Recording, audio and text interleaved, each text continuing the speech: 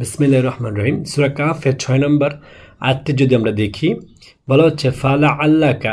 তো এখানে ফা মিনস হচ্ছে সো অর দেন, যেটাকে রিজাম্পশন পার্টিকেল বলা হয়। এটা অর্থ হচ্ছে সুতরাং, সো অথবা দেন, তারপর লা আল্লাহ।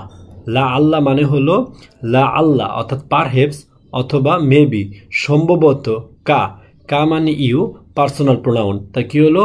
ফালা আল্লাকা, সো পারহেপস ইউ, সুতরাং সম্ভবত আপনি। বাখিউন, বাখিউন মানে হলো the one who destroys or kills, অর্থাৎ বিনাশকারী। কি বিনাশকারী? অথবা কোনো কিছু ধ্বংসকারী অথবা কোনো কিছু হত্যাকারী। কি হত্যা করবে বা বিনাশ করবে? নাফসাকা।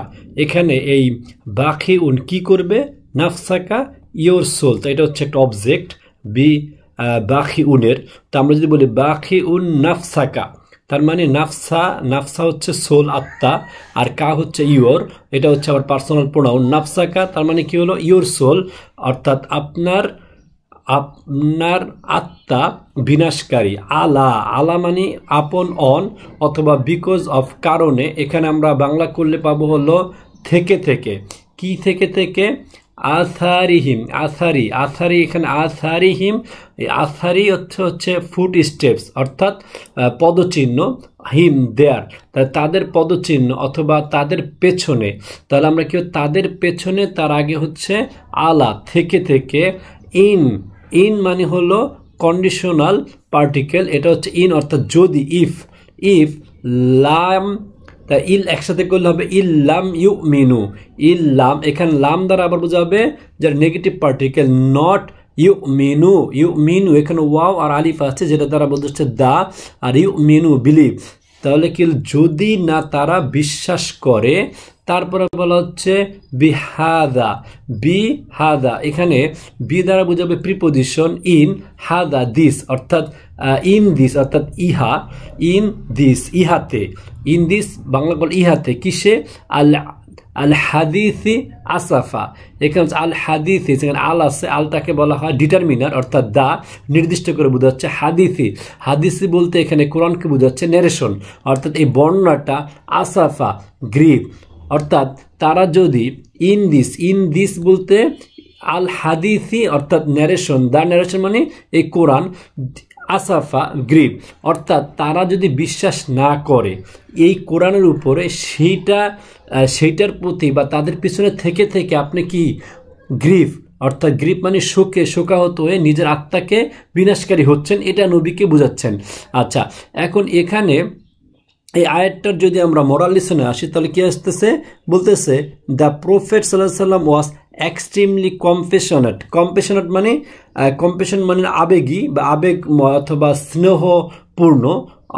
কম্পেশনেট, এক্সট্রিমলি কম্পেশনেট, অর্থাৎ এই লোকেরা যেহেতু নবী জানে জান্নাত জাহান্নাম দেখে আসছে, নবী জানে সে কত কষ্টের জায়গা তো জাহান্নামটা, তো যার কারণে এই সমস্ত লোক যারা নিজেরা ঈমান আনতেছে না, তাদের এই ঈমান না আনার কারণে নবী যেন অনেকটা আপসেট হয়ে যাচ্ছেন।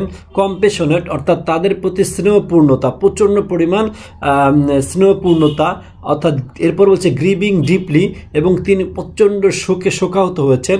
For people who rejected faith, যারা, যে সমস্ত লোকেরা এই ফেথ বা বিশ্বাসটাকে অস্বীকার করতেছে, তাদের প্রতি। Guidance is in আল্লাহস hand, even the prophet can not force believe. বলতেছে গাইডেন্স অর্থাৎ সঠিক রাস্তা দেখানোর, হেদায়েতের যে রাস্তাটা, সেটা হচ্ছে আল্লাহর হাতে। Even the prophet can not force believe, এমনকি নবী পারবে না ফোর্স দিয়ে, বল দিয়ে এটা বিশ্বাস করাতে। এরপরে বলা হচ্ছে excessive grieve for others disbelieve can harm oneself, অর্থাৎ এখানে যেটা বলছে বিনাশকারী, হত্যাকারী, তাদের পিছনে ঘুরে ঘুরে নিজের আত্মাটাকেই যেন বিনাশকারী হয়ে যাচ্ছে নবী। অর্থাৎ এক্সেসিভ গ্রিভ অর্থাৎ অতিরিক্ত যদি আমরা শোক করি অন্যের অবিশ্বাসের কারণে, সেটা আমাদের নিজেদেরই ক্ষতি করবে। Believers should convey the truth with sincerity, আর যারা বিশ্বাসী তাদের উচিত কি করা? সত্যটাকে সিনসিয়ারিটি অন্তত আন্তরিকতার সাথে প্রচার করা, বলে দেওয়া। বাট নট ডেস্ট্রয় দেমসেলফ, কিন্তু নিজেদেরকে ধ্বংস না করা। With sorrow when rejected. কিন্তু যখন এই আল্লাহর বাণীটাকে কাউকে আমি প্রচার করব, কারো কাছে বলবো, সে যদি এটাকে অস্বীকার করে, তাতে আমার অত বেশি কী হওয়া উচিত না, শোকাহত বা অত বেশি গ্রিপ করা উচিত না বা দুঃখ করা উচিত না। This verse teaches balance between compassion and trust in আল্লাহস will, অর্থাৎ দয়া অ্যান্ড ট্রাস্ট, অর্থাৎ কম্প্যাশন অ্যান্ড ট্রাস্ট। একটা হচ্ছে দয়া অথবা সহানুভূতি, আরটা হচ্ছে ট্রাস্ট। ট্রাস্ট মানে বিশ্বাস, ইন আল্লাহস উইল। তাহলে আমরা এখানে যে দেখতে পারতেছি সেটা হলো যে এই ভার্স আমাদের শিক্ষা দিচ্ছে যে আমাদের যে সহানুভূতি এবং বিশ্বাস, এটার ভিতরে একটা ব্যালেন্স করতে হবে। অর্থাৎ আমাদের অতিরিক্ত কম্প্যাশন অর্থাৎ অনুরাগ বা আবেগে হওয়া যাবে না, এবং ট্রাস্ট বা বিশ্বাস এটা আল্লাহর ইচ্ছার উপরে থাকবে, সেটা আমাদের মনে রাখতে হবে। অর্থাৎ কেউ বিশ্বাস করবে কি করবে না সেটা আমার দেখার বিষয় না, আমার দেখার বিষয় হলো মেসেজটা পাঠিয়ে দেওয়া, মানুষকে বোঝানো, আর এটার যে সে এটা বিশ্বাস করুক বা না করুক সেটা আল্লাহর উপরে ছেড়ে দেয়া।